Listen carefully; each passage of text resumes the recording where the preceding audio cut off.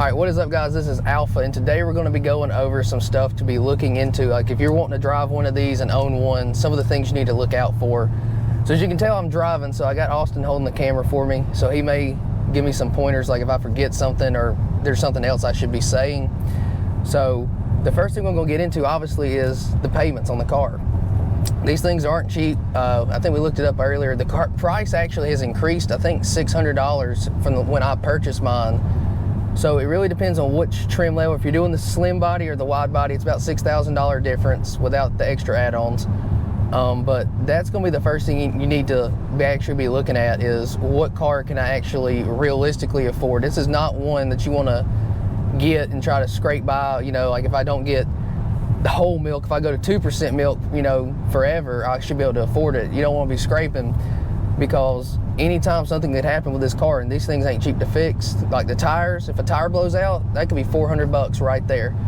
So the bill is, make sure it's, I would say it's in a comfortable area where you could pay all of your bills and still have, like for me, I'm single with no kids, so I want to make sure I have 50% left of my income left. Now you may be in a different situation where you could spend, you need to spend less, or you could be in a situation where you could spend more. But just make sure you're not going to be in a bad spot to where, you know, you're getting in the crisis mode. But yeah, focus on the price point and see what the monthly payments would be to get you in a comfortable spot. And then to go on from there, you're going to have to get insurance. So that's going to be something I would add on to the monthly payment, just so you know your monthly expenses.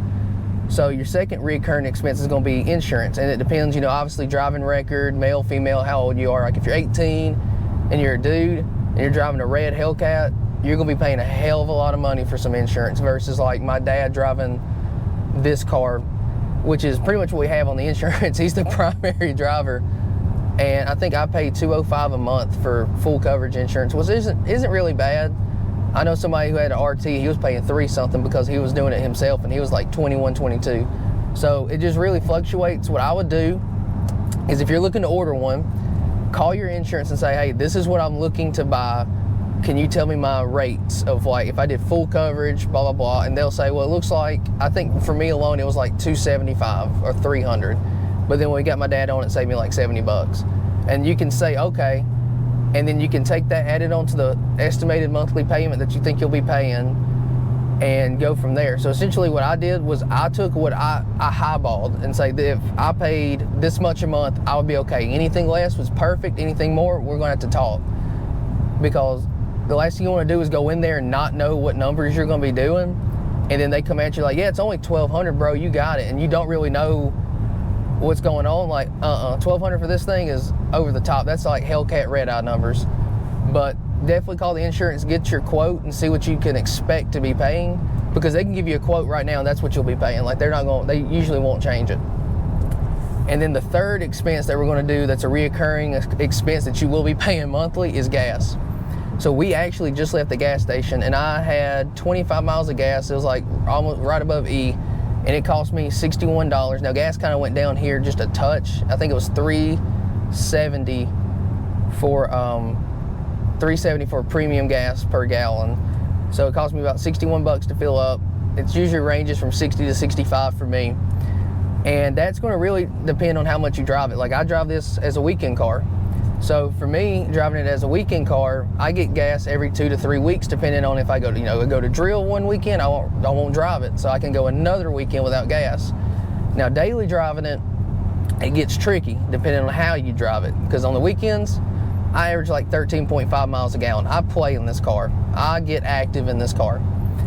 During the week, if you were, say, daily driving it and you drove it normal, which is kind of tricky because it's just the temptation with owning this thing, you could probably do it, but you're going to be paying for gas. Now, if you drive it like a sport car or sports car daily, you're probably going to get 2 tanks of gas a week, which is about, we'll say 120 bucks, about 520 bucks a month on gas.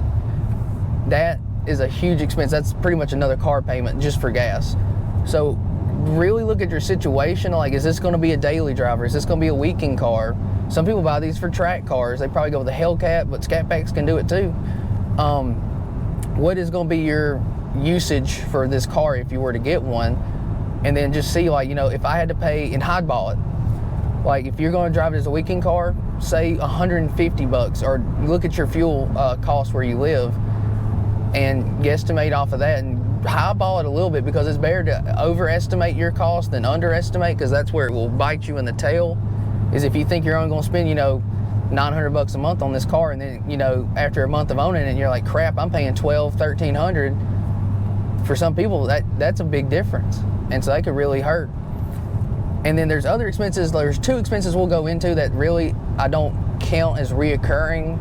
They're not reoccurring like in monthly, but like annually or biannually, depending on how much you drive, and that's like tires and brakes. So these things ain't got your normal, you know, my Toyota Camry brakes, they're not that bad. They're, you know, a few $100. These things, I don't even want to know. I actually don't know what the cost is, but these are 6-piston Brembos in the front. Those things are not cheap. Just the fact that they say Brembo brakes alone is probably a few $100 just to say it. So I'm sure I'm gonna get a bill in the mail for that one. And then the tires. Like my Camry, I got a full set of tires for, I want to say $400 or $500. That's how much I'll pay per tire on this car. You could be paying $1,400 plus pretty easily if you go get, you know, the Pirellis or whatever, Toyo, Mickey Thompsons. You could be paying some high-notch prices for these tires if the 305s. Slim bodies, you might not be as bad, but you're still going to have to get good tires. You don't want to cheap out on some tires for these cars, because they really need the good tires for the power you're putting down. So those are the expenses I would look at. I know this one's kind of more brief than usual, but you got, what do you think? Well, also, if you're going to daily drive, yeah, you also got to think weather conditions. Like, it doesn't snow here. Yeah, like yeah. Some people have to deal with snow, salt. You don't want to put the car through that. So yeah, so like for me, speaking of driving daily and stuff, like this car has only ever been in the rain one time, and that's because I didn't realize it was going to rain that day. Like, I don't drive this thing in the rain, and when I tell you the one time I did, it was pretty freaking scary, because you know, obviously I knew I couldn't drive it like normal. I gave it just a touch of gas and this thing was sideways. So really, depending on how, like, if you're daily driving it, you might need all-weather tires if you're going to drive it in the rain. Now, like for me, I'm driving it during these sunny days. I could probably get away with, you know, stickier, more aggressive tires that do crap in the rain, because I don't anticipate being in the rain. So when you look at stuff like that, you know, tires, or what condition are you doing? Stuff like that. And if you drive it in the salt and snow, make sure you take care of your paint, because that stuff will eat it up. That's my detailer coming out in me, because I couldn't take this thing to the beach. Hang on, let me get a pull in. That's that temptation. I mean, any stretch of road where I see a gap, my foot, it's like involuntary. I'm like, I just got to. Can't hold the camera straight when you do that. I just got to go. It's beating me to go. But those are some of the things I would recommend looking at. You know, we can do a more in-depth video on like expenses, like car cost and what to look at. I'm gonna do a video of like, if you were to order a car, the process I did, so you can find, you know, hopefully a car in that way. But that'll be the next video, so be on the lookout for that one if that's something you're interested in. But yeah, this was just a quick one to give you some things that I could think of reoccurring costs for people who are like, you know, what do I really need to be looking out for on price-wise, and what I'm gonna be paying for this thing. So yeah, that's all we got for today. I hope y'all enjoyed it. I hope it was a little bit informative. Hope you had a little bit of fun when we did our little takeoff, stuff like that. But I will see you guys in the next video, and I hope y'all have a good one.